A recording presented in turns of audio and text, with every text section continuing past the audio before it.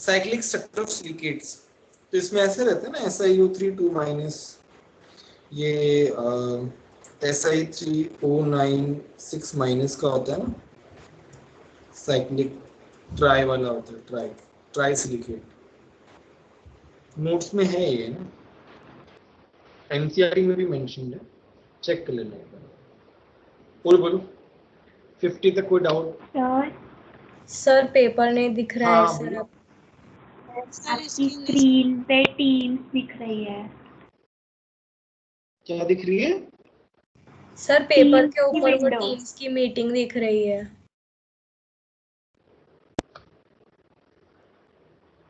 Sir paper नहीं दिख रहा है, पेपर पे टीम्स की मीटिंग है सर, ऐसा दिख रहा है। कुछ अभी दिख रहा है? No sir. लोड हो यार रहा है। ये कैसे हो रहा है? लोड हो रहा है? हाँ सर शायद से। हाँ सर अब आ गया। Very good.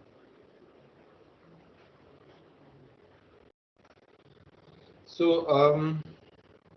55 तक कोई डाउट है तो बोलो। सर हाँ बोलो। सर 48 के अंदर याद ही रखना है या फिर समझने वाला पार्ट है? याद ही रखना है, वो तो नोट्स में लिखाया हुआ है ना, एनसीईआरटी में। Yes sir. 55 तक कोई डाउट? सर 52।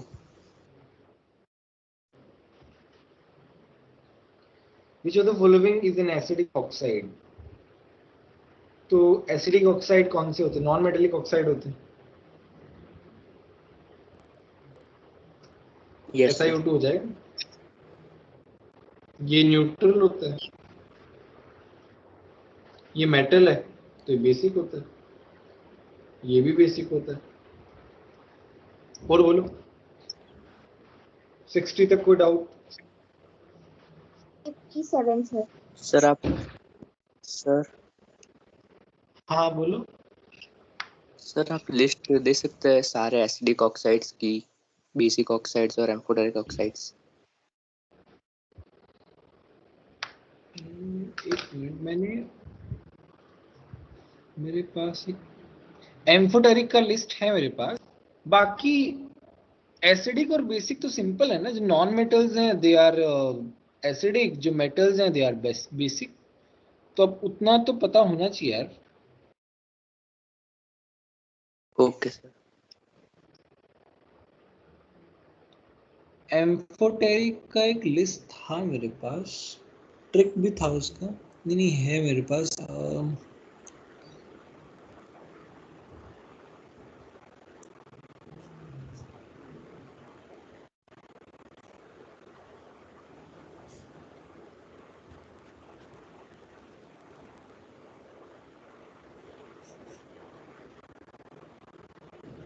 सर हाँ बोलो। 57। 57। हाँ yes sir. Okay.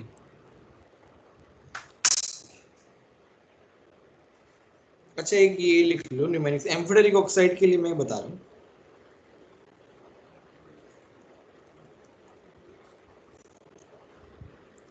ZnO PeO Al2O3 V2O3 Sb2O3 PbO PbO2 Mn2O3 Ga2O3 As2O3 Cr2O3। तो इन दोनों के लिए आते, इसके न्यूमेरिक्स के साथ ही बता रहा हूँ। जनाबे एली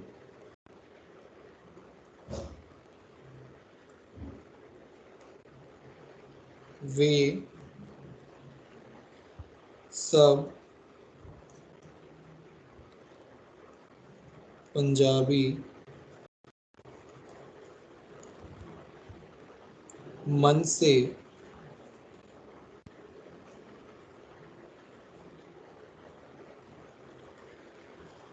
गाते हैं और ऐश करते हैं। ये न्यूमेनिक्स के साथ है। जनाबे अली वे सब पंजाबी मन से गाते हैं और ऐश करते हैं। सो ये जो है ना, ये बहुत इंपॉर्टेंट है। और एसिडिक ऑक्साइड और बेसिक ऑक्साइड तो देखो तुम्हें पता होना चाहिए, है ना, उसमें कोई वो नहीं आना चाहिए। मेटल कौन सी है कौन सी नॉन मेटल, ये पता होना चाहिए। उसके बाद तो सिंपल है। एम्फोटेरिक ऑक्साइड तुम्हें याद करने पड़ेंगे। Yes sir. हाँ 57 पूछ रहे थे क्या?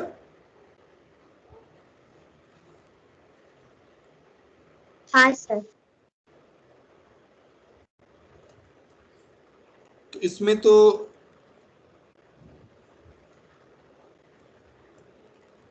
ऐसे रहता है। तो ये सर क्या है? मतलब फर्स्ट वाला क्यों नहीं, मतलब फर्स्ट ऑप्शन क्यों नहीं है ऐसा? एक्सपेक्टेड बता रहा हूँ। एक्सपेक्टेड क्या है ये, बट इसमें एक एक्सेप्शन होता है यार, बहुत ही इंपॉर्टेंट एक्सेप्शन है। ये एक्सचेंज हो जाता है।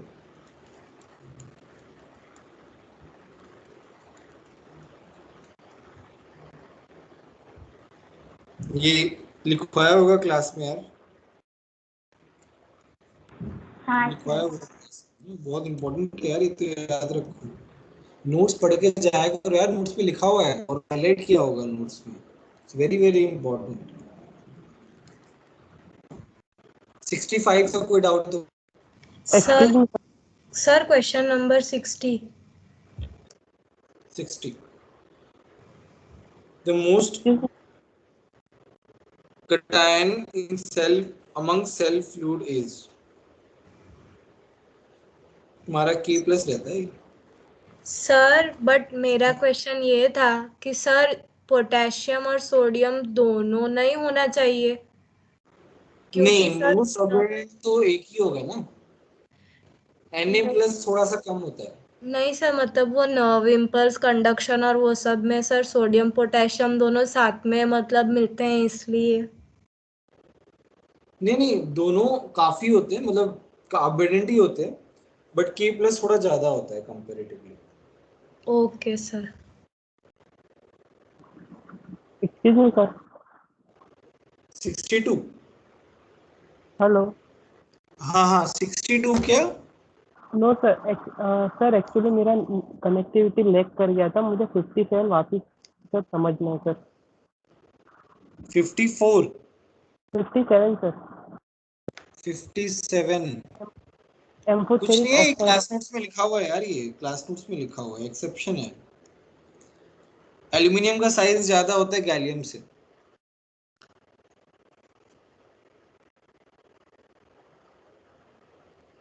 Okay sir. और बोलो। सर 65 एम्फोटेरिक तो ऑक्साइड नहीं सर।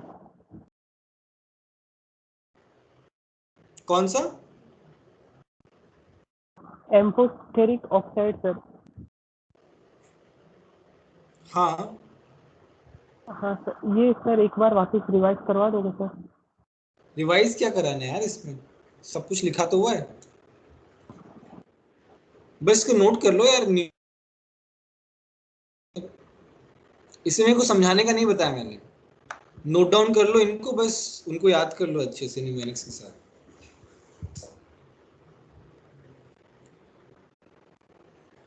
ठीक है सर, ओके सर। 65 तक कोई डाउट है?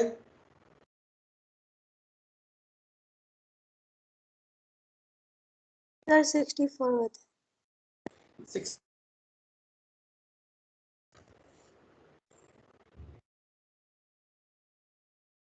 एसेंशियली कोवलेंट ना, ये मेटल है, ये भी मेटल है, अच्छे अच्छे मेटल्स हैं।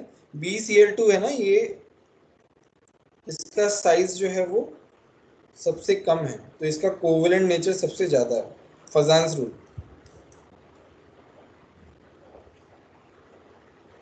सर कोवलेंट नेचर पहचानना होगा तो उसके साइज से हम लोग पहचानेंगे। फजान रूल याद है? यस याद तो है। फजान रूल नोट्स में लिखा हुआ है, बहुत अच्छे से पढ़ना है ना।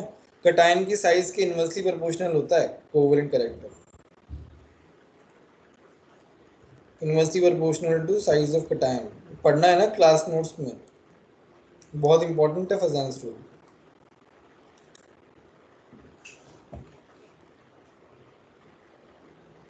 सेवेंटी तक कोई डाउट हो तो बोलो।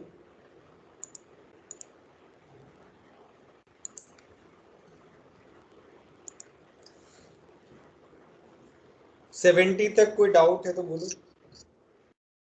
तो थर्मल स्टेबिलिटी कौन से फैक्टर्स पर डिपेंड करती है? कौन सा?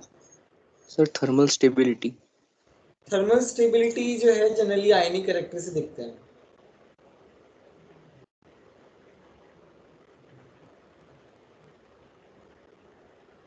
सर क्वेश्चन 70 में आप बताएंगे सर कैसे प्रिडिक्ट किया है? आयनिक कैरेक्टर से ही किया है। सबसे ज्यादा आयनिक कैरेक्टर Ba+2 का होता है। Okay sir. आयनिक कैरेक्टर कैसे देखा? फजान रूल। ज्यादातर क्वेश्चन फजान रूल के हैं, वो अच्छे से होना चाहिए। और बोलो Yes. 75 तक कोई doubt?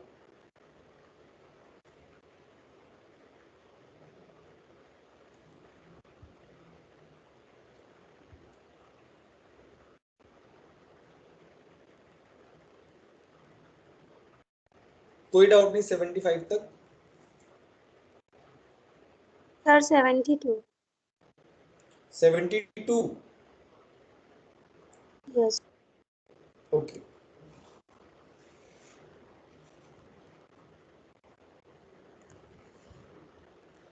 The ratio of moles of water as water of crystallization is CaCl2. तो CaCl2 में कितना होता है? CaCl2.6H2O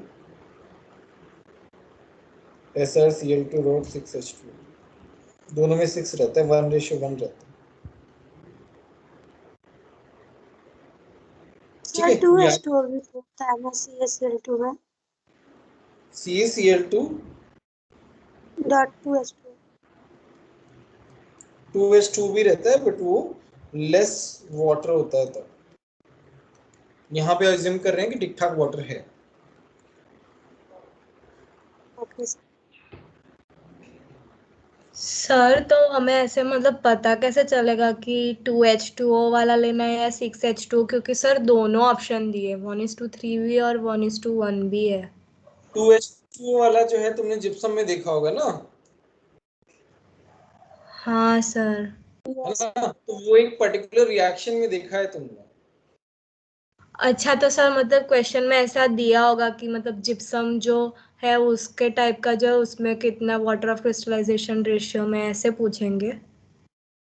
मतलब वैसे जिप्सम का पर्टिकुलर नहीं पूछेंगे, बट वो स्पेसिफिक केस है। They are asking general case. Okay sir.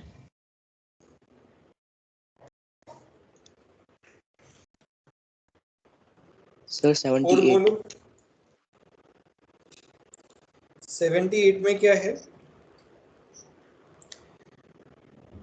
Strongest reducing agent, देखो जिसका सबसे ज्यादा SRP है, बताया था कल भी, SRP ज्यादा तो टेंडेंसी टू गेट रिड्यूस ज्यादा।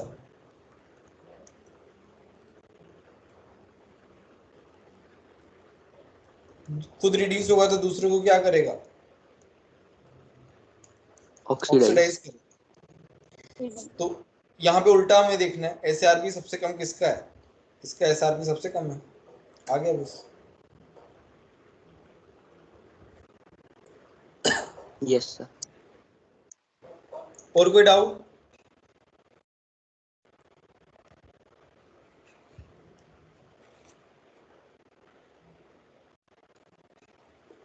नाइन्टी तक कोई डाउट है तो बोलो।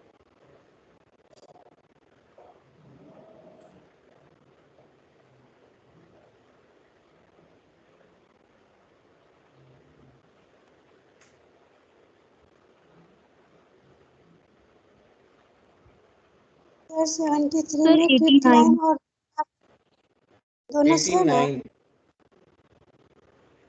क्या क्या 73 में क्विक लाइम और मिल्क ऑफ लाइम दोनों सेम है।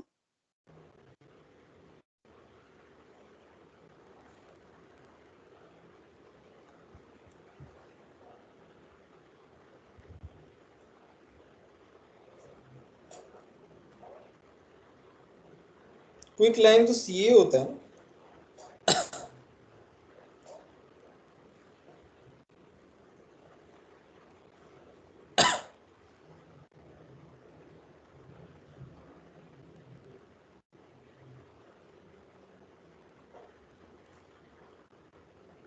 ठीक है 89 में क्या है तो 89 में सिर्फ वैल्यू या विथ सिंबल कैसे पता चलेगा कब कंसिडर करना है? ओवरऑल लिस्ट बोला है ना। लिथियम सबसे नीचे होता है यार।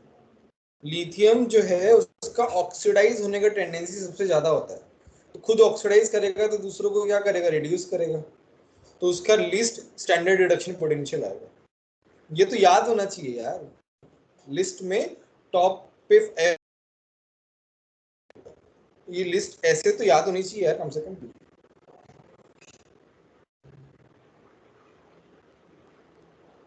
टॉप बॉटम तो याद होनी चाहिए।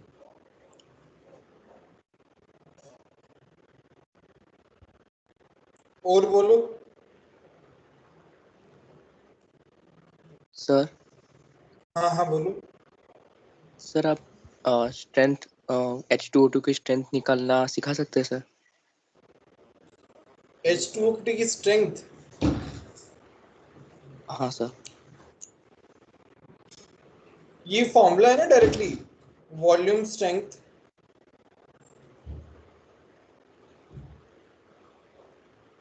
Is equal to molarity into 11.2। आ गया बस।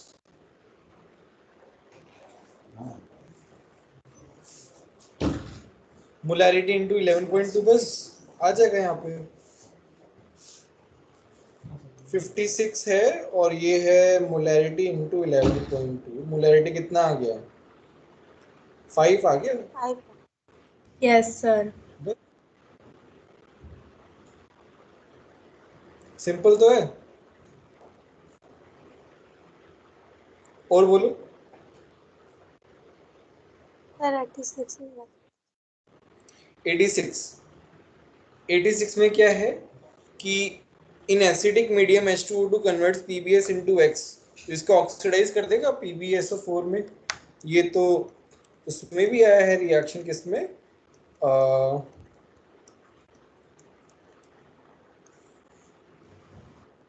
इलेक्ट्रोकेमिस्ट्री में भी आता है और ये उसमें भी आता है, अपना सल्फर वाले चैप्टर में भी आता है, लेड वाले सर चैप्टर में मतलब भी आता हाइड्रोजन वाला जो चैप्टर है सर उसमें भी दिया है कि ऑक्सीडाइजिंग इफेक्ट किसमें है। है, हाँ हाँ रिड्यूसिंग वाला KMnO4 में है। एग्जैक्टली ऑक्सीडाइज हो रहा है। और बोलो।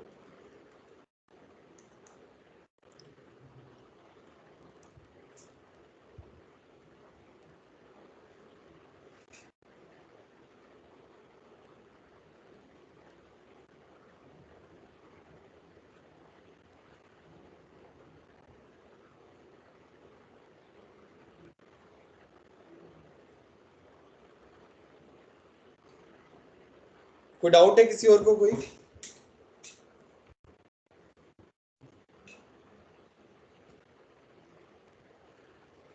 No sir.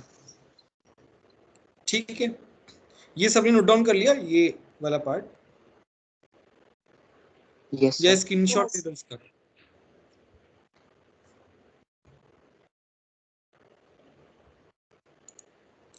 ठीक है, नेक्स्ट पेपर हम लोग डिस्कस करेंगे, नेक्स्ट क्लास में मिलते हैं।